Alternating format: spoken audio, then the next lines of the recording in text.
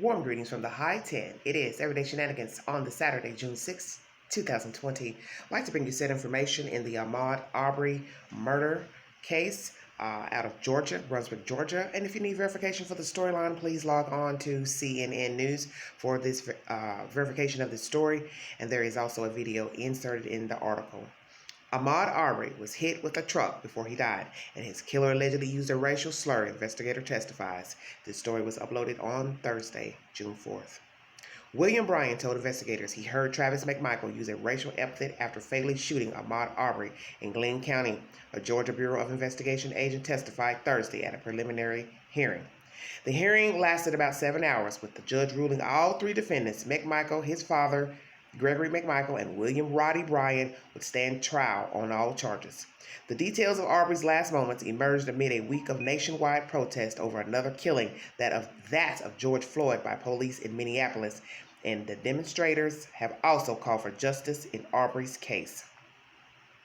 GBI Assistant Special Agent in charge Richard Dow testified that Bryan told police Travis McMichael said "effing nigger" after 3 blasts from his shotgun left Arbery dead in the street in the Satilla Shores neighborhood in February.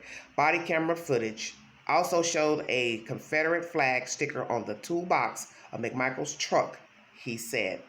On cross-examination, Dow testified Bryan mentioned the slur in a May 13th GBI interview, and to Dow's knowledge, Bryan had not previously made the allegation, including during a May 11th interview. However, the agent said there were numerous times on social media and via messaging services that McMichael used the name slur, once messaging someone that he loved his job because there weren't any niggers anywhere. In another instance, sometime before the shooting, he replied in an Instagram message that things would be better if someone had blown that nigger's head off, Dow testified. Dow did not say to whom McMichael was referring. Dow was not asked for more context. Arbery's mother, Wanda Cooper, told CNN's Chris Cuomo she was devastated when she heard Dow's testimony. "I often imagine the last minutes of my son's life. I didn't imagine it would be that harsh, but to learn that that statement was made in the last seconds of his life, it was very heartbreaking," she said. Bryan, too, had several messages on his phone that included racial terms and indicated he may have prejudiced Arbery when he saw him that day, Dow said. "There's evidence of Mr. Bryan's racist attitude in his communications, and from that I extrapolate the reason why he made assumptions he did that day," he said. "He saw a man running down the road with a truck following him, and I believe he made certain assumptions that were, at least in part, based upon his racial bias." Scores of protesters gathered outside the courthouse after the hearing, and they could be heard chanting "All lives matter" when Black lives matter, according to CNN affiliate WJXT. The allegations came as Dow outlined events that led to Arbery's death and said that before Arbery was shot, the 3 men charged in his murder engaged in an elaborate chase, hitting the 25-year-old jogger with the truck as he tried to escape them. Asked whether he believed McMichael could have been acting in self-defense, Dow said the opposite was true. "I believe Mr. Arbery was being pursued, and he ran till he couldn't run anymore, and it was turn his back to a man with a shotgun or fight with his bare hands against the man with the shotgun. He chose to fight," he said. "I believe Mr. Arbery's decision was to try to get away, and when he felt like he could not escape, he chose to fight." As Travis and Gregory McMichael attempted to head him off, Arbery turned and ran past the truck of Bryan, who recorded the killing, and Bryan struck Arbery with the side of his truck, Dow said. Bryan told police that at one point he thought Arbery was trying to enter his truck, Dow said, adding that he didn't know whether that was true, but he felt Arbery was trying to escape. Investigators found a swipe from a palm print on the rear door of Bryan's truck, cotton fibers near the truck bed that we attribute to contact with Mr. Arbery, and a dent below the fibers, he said. Bryan's attorney, Kevin Gold, said his client was working on his porch and didn't have any idea of what the McMichaels were doing. Bryan sees someone he doesn't know followed by a truck that he does, with all due respect, what any patriotic American would have done under the same circumstances, Goh said. Attorney Lee Merritt, who is representing members of Arbery's family, responded by saying, "That is no longer the America we wish to live in." Though Brian's attorney has contested allegations his client took part in the killing, Dow said Brian yelled to the McMichaels, "Do you got him?" when he saw them chasing the 25-year-old jogger. The McMichaels and Brian have not entered pleas, but lawyers for all three men have proclaimed their innocence. After yelling out to the McMichaels, Brian joined the case, at which point none of the three had called 911, Dow said. The McMichaels had already tried to head off Arbery once when Brian joined the pursuit, the GBI agent said. Brian tried to block in Arbery as Travis McMichael drove around the block with his father in the bed of the truck, he said. Brian made several statements about trying to block him in and using his vehicle to try to stop him, Dow said. His statement was that Mr. Arbery kept jumping out of the way and moving around the bumper and actually running down into the ditch in an attempt to avoid his truck. At one point, Arbery was heading out of the Satilla Shores neighborhood where the defendants lived, but the McMichaels forced him to turn back into the neighborhood and run past Brian, the agent said. That is when his truck, bad English in the article, sorry. When he struck Arbery, no, that's my fault, I'm sorry. That is when he struck Arbery, Dow said, and Arbery kept running with the McMichaels in pursuit. Brian turned around, and that is where the widely disseminated video of Arbery's killing begins, he said. Oh, mercy. When police arrived after the shooting, Dow said, Gregory McMichael said in remarks caught on police body camera footage that he didn't know for certain if Arbery had stolen anything. He had a gut feeling that Mr. Arbery may have been responsible for thefts there in the neighborhood previously. He actually says gut. His instinct told him that, the GBI agent said.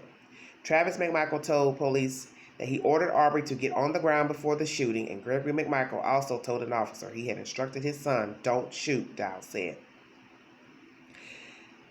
The McMichaels charged with murder and aggravated assault, appearing wearing face masks from the Glenn County Detention Center a few miles away from the courthouse.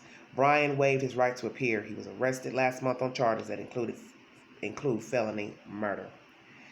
Prosecutor Jesse Evans of Cobb County in Metro Atlanta opened by saying that the evidence would show the McMichaels chased, hunted down, and ultimately executed Arbery. The GBI took over the investigation after Glenn County Police and two prosecutors declined to press charges. Atlantic Judicial Circuit District Attorney Tom Durden became the third prosecutor to recuse himself after the GBI assistance he requested promptly yielded charges. Larry English, who owns an under-construction home where Arbery stopped before he was shot, did not testify Thursday. He wasn't subpoenaed, his attorney Elizabeth Grady said. Brian's attorney has repeatedly insisted that his client was merely an observer and has questioned by state police charged the man he labels the prosecution's star witness. Travis McMichael, who's accused of the actual February 23rd shooting outside of Brunswick, is not guilty, his attorney said, as compelling evidence will demonstrate. Travis has been vilified before his voice could even be heard, the lawyer said in a statement. The truth in this case will exonerate Travis. Gregory McMichael is also a victim of a rush to judgment, his attorney said. So often the public accepts a narrative driven by an incomplete set of facts, one that vilifies a good person, defense attorney Laura Hogue said in a statement. Added co-counsel Frank Hogue, the full story, to be revealed in time, will tell the truth about this case. Demonstrations are expected. The NAACP has organized a protest for 5:45 p.m. outside the courthouse. Georgia Governor Brian Kemp was warned bad actors not to mar what have been very peaceful gatherings in that community for well over a month now. Let me be clear once again, we will not tolerate disruptive or dangerous behavior, including criminal conduct, and we will put the safety of our citizens first, he said in a news conference. The Georgia State Patrol, the State Department of Natural Resources officers, National Guard troops, and State Emergency Management Agency officials will be on hand to assist local authorities, and the governor said. Gregory and Travis McMichael were arrested May 7th. The father and son pursued Arbery after suspecting him in a rash of area break-ins, the elder McMichael told police, according to Dow. The McMichaels armed themselves and, with Brian's help, tried to head off Arbery as he ran through their neighborhood. Brian's video picks up before the third attempt, and Arbery is seen trying to avoid the McMichaels' pickup truck, which is stopped in the road before abruptly turning toward Travis McMichael in front of the truck. A shot goes off as they struggle over the gun. The two disappear off the left side of the screen. Gregory McMichael draws a handgun but does not shoot. A second shot is heard as Arbery and the young McMichael are off screen. As the men come back into view, they continue fighting for the shotgun. Arbery throws a punch at Travis McMichael's head and as a third shot is heard. Arbery steps back as blood appears on the back of his t-shirt under his left rib cage. He stumbles and falls in the middle of the street as Travis McMichael walks away. The Justice Department has launched a hate crime investigation in the case, Merritt has said. Verification for this story is CNN News. Woo, mercy, 10 minutes. Let me say this. As far as the governor and his commentary with the bad actors, I didn't like that when I heard that the other day because this is a 2-day-old article uploaded on Thursday. The governor was only saying that because of all the riots, looting, So you thought what? The people were going to get jiggy down there in Georgia. Well, this is the point to all of that. Once again, had those two nosy Parkers stayed in their lane, Arbery would be alive today and they wouldn't be in jail alongside their friend, Mr. Bryan. The fact that Mr. Bryan now is singing like a canary and telling of said racial slur used at the time of the death does not shock me. Okay? You see, your friend ain't your friend. And the McMichaels can now see that Brian is giving the 411, allegedly. Calling Mr. Arbery a nigger does not stun me nor shock me. I wouldn't be surprised if they were yelling nigger when they were following him on that fateful day in Brunswick, Georgia. And the fact that he never mentioned the fact, Mr. Bryan, that they called him a nigger after murdering him, why are you telling it now? Because you're trying to get yourself off. You're trying to, what's the word I'm looking for? Diffuse your role in the murder of Ahmaud Arbery. Because you see, you did not know what was going on that day in February. And so you should have stayed out of it. You should not have got in your car and followed these people. And now it's being introduced that you also are involved in the crime as well. That Mr. Arbery's car was bumped. And they have fabric and a dent in the car to verify that a car came in contact with Mr. Arbery. So beside being chased down the street, he was hit with the truck. The son jumps out of the truck, approaches Mr. Arbery, and expects this man to not defend himself. What fool would not defend themselves against some white people with a rifle?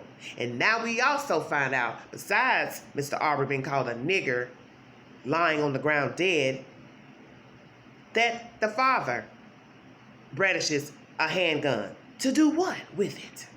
Your son has already killed him. So why would you need to bring out a gun?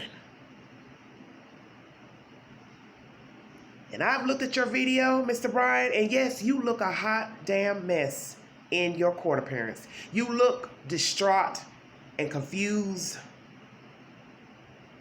and baffled at why you're standing there in the court facing murder charges. But it has now been revealed that you also have a racist attitude, a racist demeanor, and a racist mindset, because that was also revealed in this court appearance, that you, alongside the McMichaels, have engaged in commentary in your text messaging, social media posts, or whatsoever, using the N-word.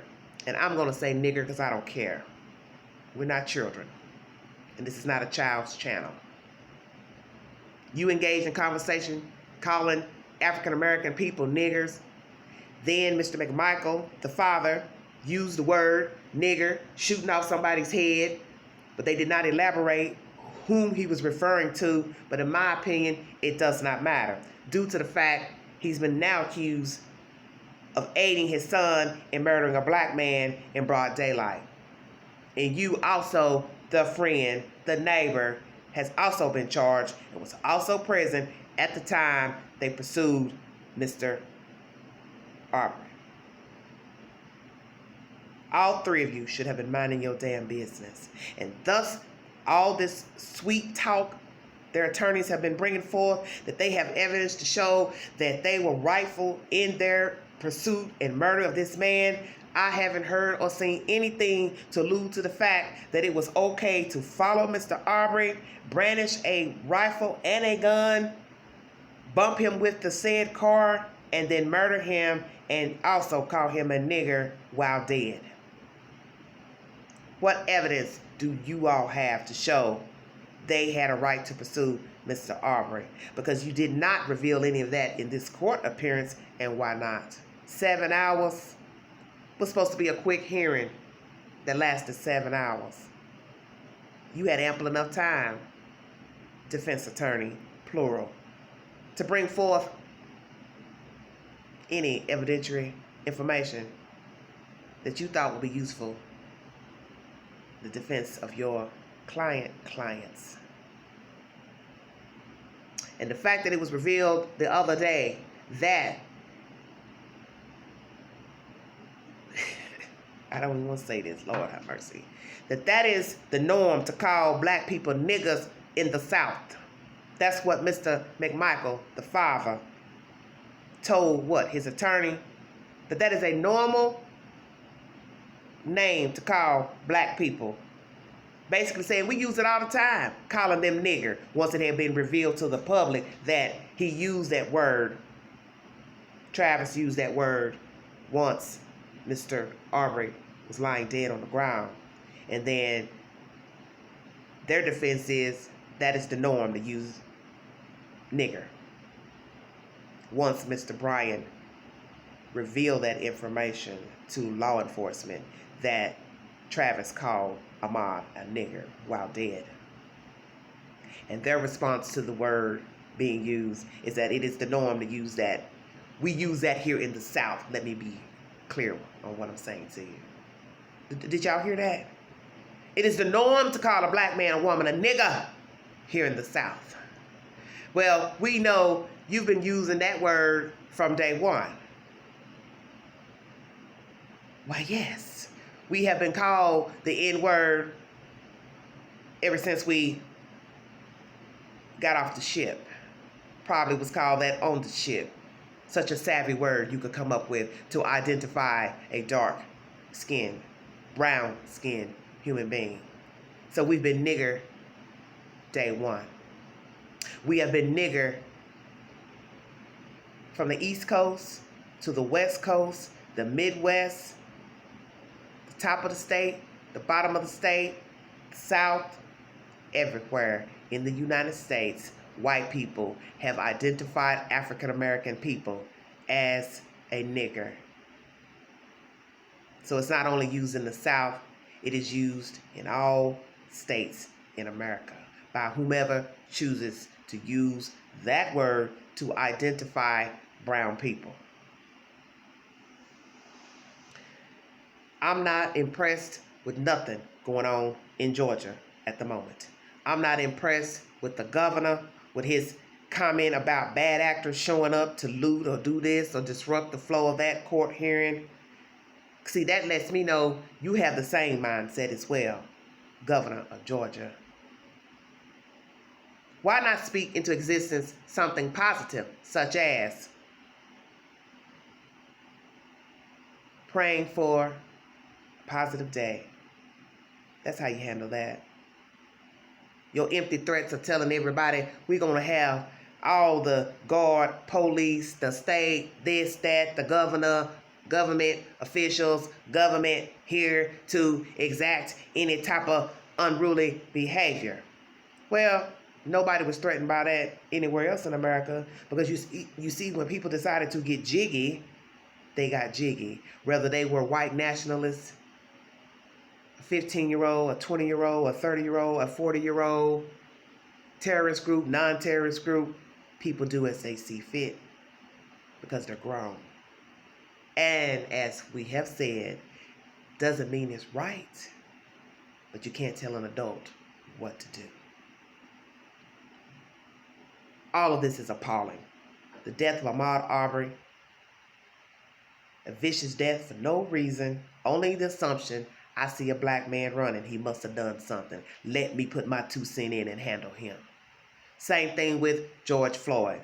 You later find out that the two have crossed paths working in the same bar and he is dead. But what about the other 2 people who were interrogated, who were in the store with Mr. Floyd on round 1? Round 2, Floyd goes into a store, comes out, but he is the one rough handled and ends up dead.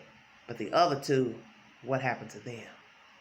You see, seems very personal to me. All these cases seem personal to me. Condolences and prayers to the Ahmaud family once again. Mr. Ahmaud Arbery, George Floyd. Prayers for all victims, Black Americans who have lost their lives by brutality of civilians and the police. I will bring you said information when I get it, an update to this baffling and horrendous story of a young man gunned down by nosy citizens, white citizens. It's a travesty and it's sickening. And it's going to continue. And I know some of you don't want to hear that, but I have enough sense to know you cannot change a person's mindset. And let me say that before I clock out of here.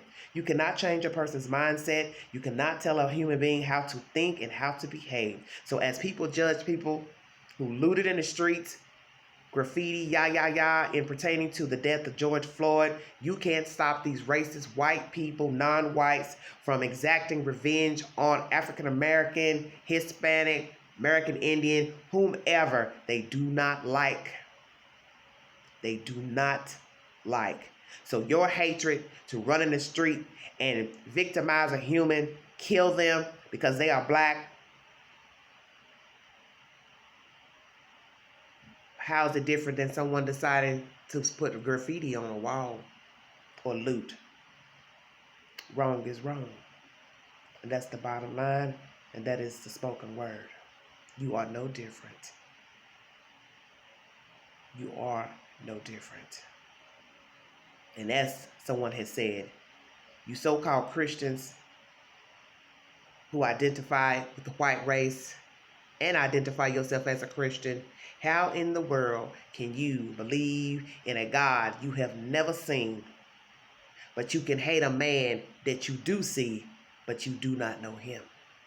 But you can love a God who you've never spoken to, never seen, have faith in him, but you can hate a black man or a woman that you can see and you can touch and you can speak to. It's false ideology and it is false Christian beliefs, because you always have to remember it is the white man who brought forth the version of the Bible and its beliefs and its contents, but was also the same one that thought it was okay to steal a man from his land, enslave him, and have him work for free, set him free, still hold him bondage and with peonage laws, and still, even after that, 1942, berated him, ostracized him, beat him, hung him, her, bombings, fires, hoses, dogs, and the man and woman were free. That's your same white, European, American, Christian citizen. This is Everyday Shenanigans. Like, share, subscribe, drop your comments below. Thanks for joining me. Have a safe weekend. Bye-bye.